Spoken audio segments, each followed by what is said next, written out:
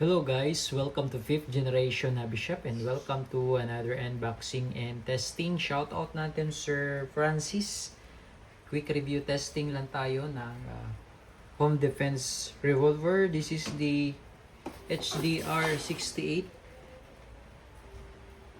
Ayan po. Home Defense Revolver caliber 68 by Umarex. And this is the P2P HDR 68 orange caliber 68 CO2 powered 16 joules 5 rounder. Prepared to protect.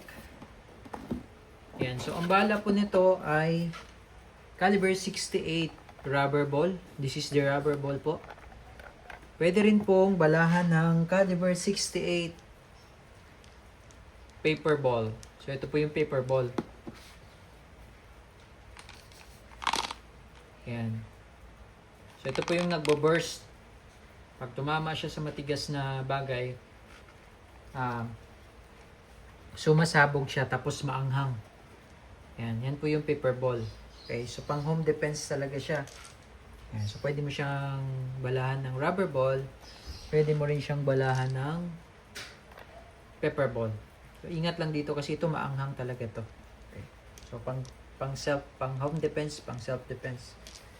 Yan. Tapos yung kanyang propellant, yung kanyang hangin is CO2 powered pa rin. Okay. 12G. So ito po good for 60 shot, good for 10 shots. 10 shots po, no? Good for 10 shots more or less. Yung isang tangke. Okay? 10 shots lang po. More or less yung isang tangke.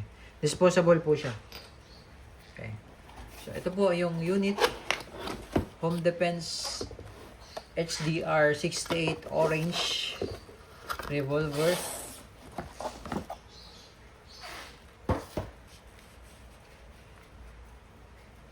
Na meron siyang quick pursing.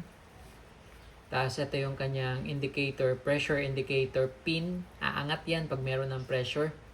Sa ngayon po, nakalubog siya kasi wala pa siyang CO2. So once na inactivate natin yung kanyang quick pursing, mapapunctured or mabubutas yung CO2 and then kakaroon siya ng pressure, hindi aangat yan. Yung sight niya, ganyan design po. Tapos meron siyang rail dito sa top. Pwede kayong maglagay dito ng accessories katulad ng red dot optic. Yan. Tapos dito naman yung underrail Picatinny niya, pwede kayong maglagay dito ng flashlight. Para pag sa gabi, kitang-kita nyo yung target. Tapos, kung maglagay naman kayo ng red dot, kitang-kita nyo yung target naka-0. Yan. Okay, serial number 4129 last 4 digits. Okay, so ito yung kanyang magazine. Ito yung kanyang release. Yan. Hugutin mo lang siya. Yan. So, ito yung paper ball. So, pag halimbawa paper ball yung iloload mo, yan. Saktong-sakto sa dyan. Okay. Pag rubber ball naman, ayan. Okay. So, dito kayo sa kabila maglo-load. No? Sa kabila. Kasi pag dito, hindi naman kakasya yan kasi maliit yung butas niyan. Sa kabila kayo. Sa likod. Ayan. So, rubber ball lang muna ang gagamitin natin kasi medyo delikado ito. Maanghang yan eh. Pag nababasag yan, maanghang yan.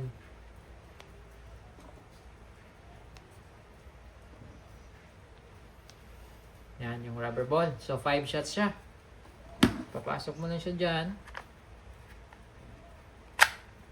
Then, lock. Okay. Then, iikot mo lang siya one time. Isang beses nyo lang po iikot yung magazine. Ngayon, ito, yung kanyang quick pursing cap, medyo matigas. So, meron siyang kasamang tool.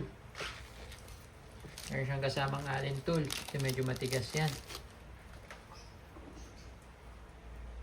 Pipihitin nyo lang to counterclockwise.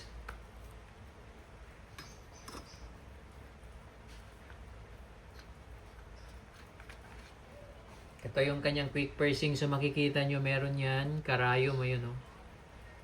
Oh, yan yung quick pursing niya. Ngayon, ito yung CO2. So, pag ilalagay nyo yung CO2, pag ganyan. Pag ganyan po. Pagka pag ganyan, hindi yan po pwede kasi andito yung kanyang karayom, yung magpa-puncture sa CO2. Yan. Tapos papasok mo sa ganyan. So, ihigpitan nyo lang po, no? Pag nag-stop na, hindi na yung umiikot, tama na. Kaysa ngayon, yung CO2, naka-standby lang po yan dyan. Naka-standby lang siya. Hanggat hindi nyo ina-activate yung quick pursing, hindi makukonsume yung CO2. So, tingnan natin, no? Para lang makita nyo po na hindi pa siya nabubutas. Yan. Unlike dun sa mga ibang unit natin na pag hinigpitan mo na siya, mabubutas na to eh. So, yan, no? So, wala pa siyang butas. Di pa siya punctured. Yan, itong part na yan. So, ang kagandahan nito, kasi, yung CO2 niya, hindi mauubos. Kasi nga, hindi pa siya punctured eh. So, naka-ready lang siya. Kunwari, nakatago lang siya. Nakalagay sa hard case or sa case. Tapos, pagka gagamitin nyo na, that's the time na i-activate. Kaya nga siya tinatawag na quick pursing kasi isang palo mo lang dyan, magagamit mo na kaagad yung unit o yung home defense revolver mo. Diba? Hindi katulad ng ibang unit na pipihitin mo pa. So, parang ganito siya. Papaluin mo siya, aangat to. Yan, aangat yan. Pag ganito. Yan. Aangat siya. So, that's the time na pwede mo na siyang gamitin. Okay, take note lang na once na inactivate mo na siya, kailangan i-consume mo na kaagad yung CO2. Huwag mo siyang itago. Nawari, na-activate mo siya tapos hindi mo pala siya ipuputok. Dapat iputok mo siya kasi bawal po siyang nakastock yung CO2 pag activated. Pag activated na. Pero kung hindi mo naman gagamitin, huwag mo na lang i-activate. Just in case na ina-activate mo tapos hindi mo pala gagamitin, kailangan mo talagang i-release yung CO2. So, ipuputok mo siya. Bawal mo rin siyang pihitin, i-release na puno pa yung CO2, marami pang pressure. Okay? So, kailangan mo lang siyang iputok. Pwede mo i-dry fire. Okay? Kung ayaw mong makonsume yung bala, pwede i-dry fire. Okay? So, yun. Yan yung ating HDR 68. So, makikita nyo talaga. Malalaki yung bala niyan. Yung barrel niya, laki oh. Okay? So, testingin natin. Okay, so ayun po yung ating target. Okay, so ito po yung ating HDR 68 na caliber 68 rubber ball po yung sinalang natin. Okay, so testing. Firing. Oh. So nakita nyo naman siguro kung paano na wasak yung target niya. Ito yung rubber ball, oh. Tumalsik. Eh, medyo nag-flatten yung part na to, oh. Durog na yung target natin. Caliber 68. No, rubber ball pa lang yun. Dati meron tayong aluminum ball nito. Lalo na yun, pag yun ang gamitin nating yung projectile. Yan. Okay? Mukha lang siyang laruan, pero pag ginamit mo yan, tingnan mo yung plate natin.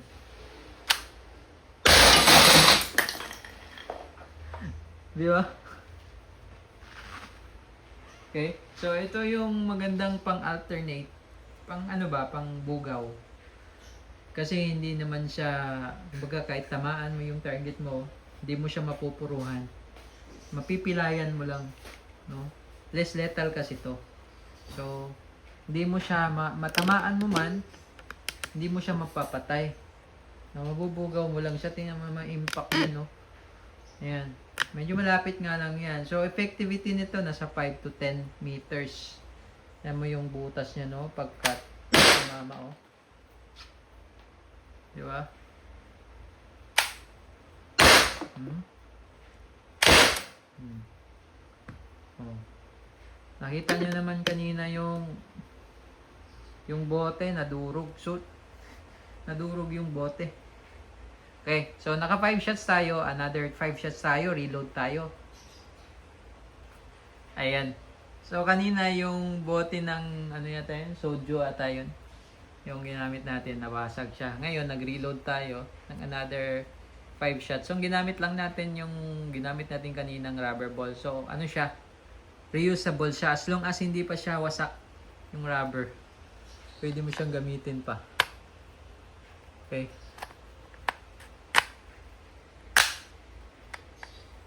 Ayan. So, subukan naman natin ngayon yung bote ng Royal kung kaya. Makapal tong bote na to eh. Royal. Okay? And firing. Hmm? Pati yung bote ng Royal oh. Wasak.